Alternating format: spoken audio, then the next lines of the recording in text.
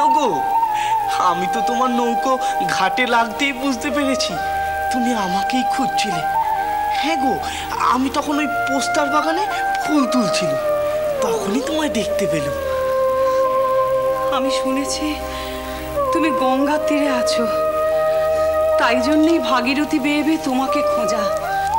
এখানে সেখানে কত জায়গায় ঢু মেরেছি বাবা, শেষকালে এখানেই তোমায় পেয়ে গেলুম। তাহলে বলো শেষটায় এখানে এসে? হ্যাঁ গো, কলকাতার রানী মায়ের মন্দিরের কত ডাক শুনি। শুনেছি এই মন্দিরের মা ভবতারিণী নাকি জাগ্রতা, হেঁটে চলে বেড়ান। তাকে দেখব বলেই ছুটে এলুম। এখানে এসে ঘাটে নেমে বসেছি, একজন গিয়ে বললে মামা আপনাকে ডাকছে। তার সঙ্গে চলে এলুম। পথে আসতে শুনলাম তার মামা নাকি সাধক, ধ্যানে নাকি তার বড় মন। কিন্তু বাবা বাবা সে যে তুমি।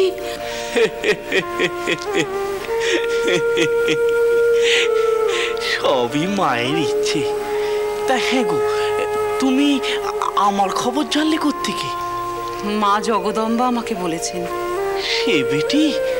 হ্যাঁ গো, মা আমাকে 3 জনের কথা বলেছেন, তার মধ্যে 2 জনের দেখা আমি পেয়ে গেছি, বাকি ছিলে তুমি।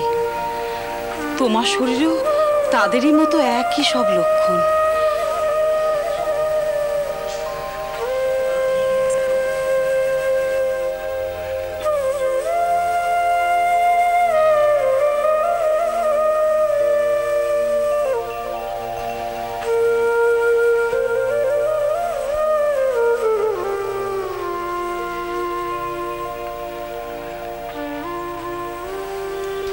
পঞ্চদীর্ঘ, পঞ্চসূক্ষ্ম, সপ্তরক্ত, শরণ্যত, ত্রিহস্য, পৃথগম্ভীর, দ্বাত্রিংশ লক্ষণ মহান। এসব তুমি কি বলছো গো? এ তো মহাপুরুষের 32 লক্ষণ আওড়াচ্ছ। হ্যাঁ বাবা, সামুদ্রিক শাস্ত্র। আচ্ছা, আমার আগের 2 জনা কে গো? তারা 2 জন পদ্মার ওপারের মানুষ। ওই যে তোমরা যাকে বাঙাল দেশ বলো, বাঙাল দেশ। মস্ত সাধক তারা ওখানকার। একজন চণ্ড, অপরজন গিরিজা। আর বাবা তৃতীয় তুমি, তৃতীয় শ্রেষ্ঠ। আচ্ছা আচ্ছা মা, তাদেরও কি আমার মতো হয়? কি হয় বাবা তোমার? কি হয় তোমার? কষ্ট পাও? হ্যাঁ মা,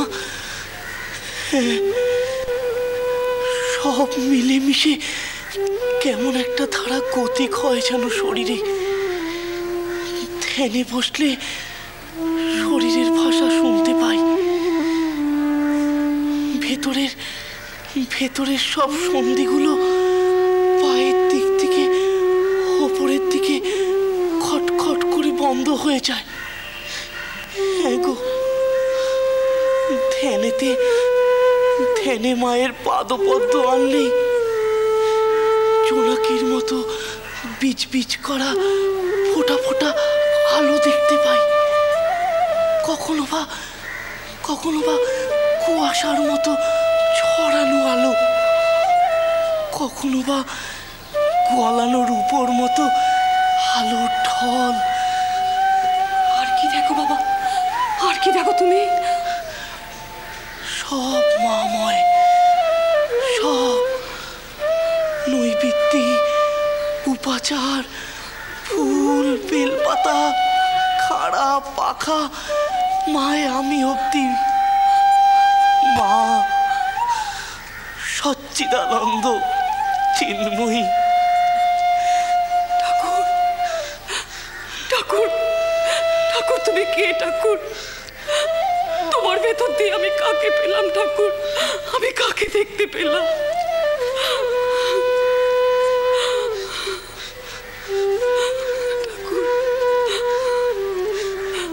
কে গো মা? আমি কে?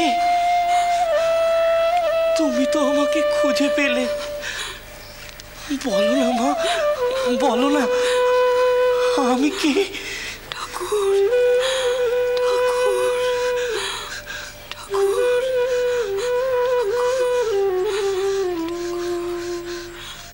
এই যে হুট করে একটা মেয়ে মানুষকে ডেকে আন।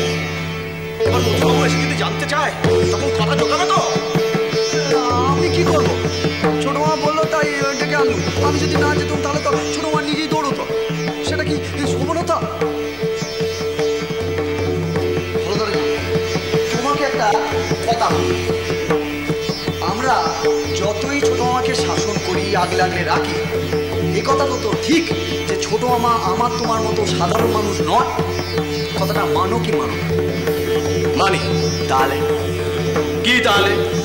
আরে বাবা, আর পাঁচজন এমনি মানুষকে যে কথা নিয়ে বকাঝকা করা যায়, ধরা যায়, ছোট মামার সঙ্গে তো তা করা যায় না। আর তাছাড়া ওই যিনি এসেছেন না, ওনার দিকে আমি তাকিয়ে দেখেছি, একেবারে তন্ত্রচারিণী ভাব, দেবী অঙ্গ। আর ওই যে ছোট মামা বলে না, মেয়ে মানুষের বিদ্যারূপ একেবারে বসানো, বুঝলা? সেসব নয় রে দিদি, গদাইকে আমি তোর থেকে বেশি চিনি। আসলে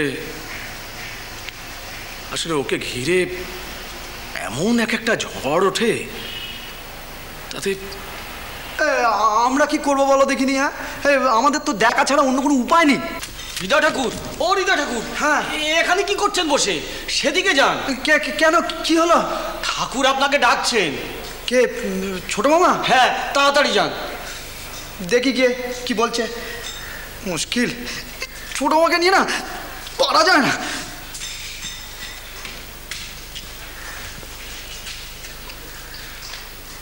কি হা করে আমার দিকে তাকিয়ে দেখছিস কি? এসব কি হচ্ছে? এই শোন, এই মন্দিরে কার ইচ্ছেতে কি হয় বল? চুপ করে রইলি কেন? বল। এই যে মন্দিরে একদিন ধরে এত ঘটনা ঘটছে, কে ঘটাচ্ছে? তুই? আমি মধুর বাবু? এই ঘটনার তাল কে তুলছে?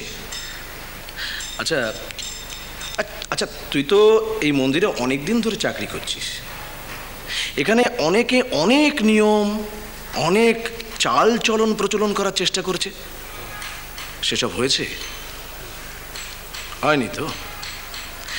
তাহলে নিশ্চয়ই এখানে কারো ইচ্ছে বহাল রয়েছে।